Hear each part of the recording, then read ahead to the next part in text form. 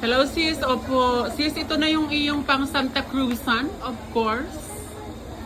Sa ating flower girl na pang Santa Cruzan sis, ayan na, perfect na siya masyado sis ha, ayan. With the green, okay, dominant color is green, accent is gold. Oh, di ba ang perfect ng kanyang pagka-gold? And then pagka-green din, emerald green siya guys ha, very dark emerald green. Yes, of course, ayan with the trail. May pa-trail tayo dyan sis ha, ayan. Very perfect yung ating trail dyan. Oh, see? With the gold access tayo, with the embellishment is sculpture. Yes, it's sculpture gold accent. With the inverted tulip tayo guys ha, may pa-invert tayo na tulip dyan. Inverted tulip, yes. Inverted tulip tayo na gown.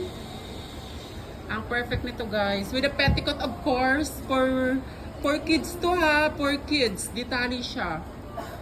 With the trail.